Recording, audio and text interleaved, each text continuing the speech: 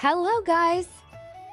Let's make face mask using Multani Mitti with saffron. Take 1 tablespoon of Multani Mitti and then 2 tablespoons of rose water.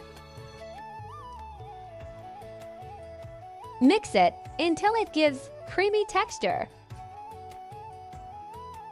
Make your face clean and apply the mixture in your face.